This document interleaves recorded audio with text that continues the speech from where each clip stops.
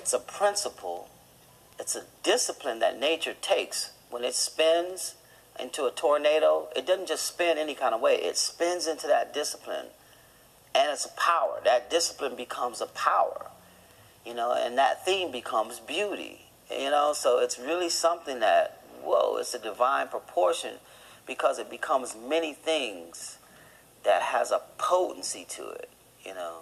So the divine proportion, I mean, and you know, we can take this thought many ways around. It's a spiraling principle, you know, it's a vortex, and what goes around comes around in this discipline, you know. So I was just thinking, waxing on that golden section. Give me a good soundbite on that. Give me one piece.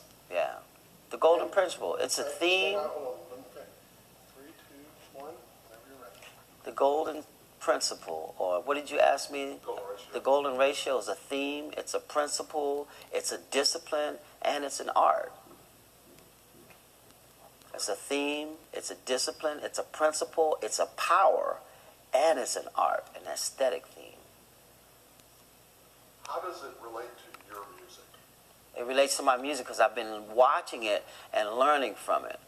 With the golden section, I've had the opportunity to work with Dr. Wayne Kirby, who has been able to take the numbers and the ratios as pitches and let us actually hear those pitches. So if you imagine a cross, the cross has a top, a short part, and a long part. If those were pitches, and I turn it sideways, you got this pitch, then you got that pitch, then you got that pitch.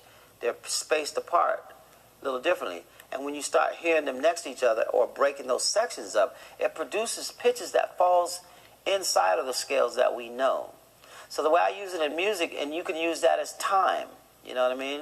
If the story starts here, once upon a time, the action goes here, sweet spot, then here's the long cadenza to the end.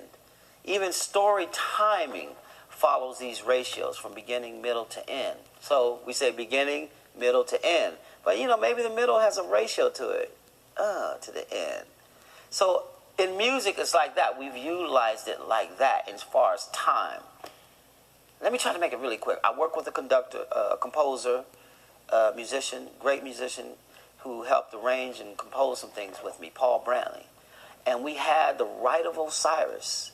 The Rite of Osiris was a ballet piece. It had a certain amount of measures in it. So we used the golden principle to look at where the beginning was, where would the golden section be, you know, in the tune, and then where would the end be. And we literally counted the measures, and where we went, we had the long part first, then the golden section, then the end. Right in the golden section, amount of measures, right in the golden section, whoa, the beat opened up. You know, it's a sweet spot of time, you know. So we used it literally like that, you know. And with Dr. Kirby, we go into the profound look of pitches now. You know, one. If everybody looks at their fingers, where your first joint bends, that's one. The next joint bends, there's the long. It's a little bit longer. If we take this one, this is short. The next one's a little bit longer. There's a golden section. So if this was right here, the cross would cross right at your joint. If this was short and this is long, the crosses here. If this is short, this is long. This is short, this is long.